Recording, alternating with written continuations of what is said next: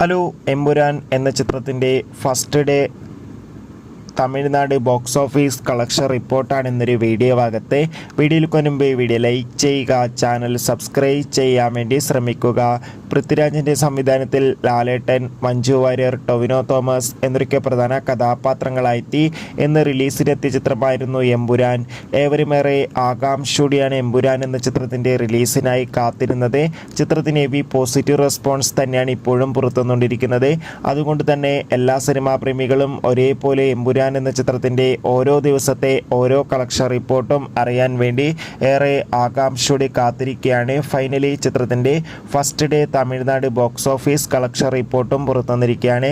ആദ്യ ദിവസം അത്യാവശ്യം മികച്ച ബുക്കിംഗാണ് ചിത്രത്തിന് നടന്നത്. അതുകൊണ്ട് തന്നെ 1.5 കോടിക്ക് മുകളിൽ തന്നെ ആദ്യ ദിവസം തമിഴ്നാട്ടിൽ നിന്ന് കളക്ഷൻ സ്വന്തമാക്കാൻ വേണ്ടി സാധിക്കുമെന്നാണ് ട്രാക്കിംഗ് റിപ്പോർട്ടുകൾ സൂചിപ്പിക്കുന്നത്. കാത്തിരിക്കാം. Bye bye.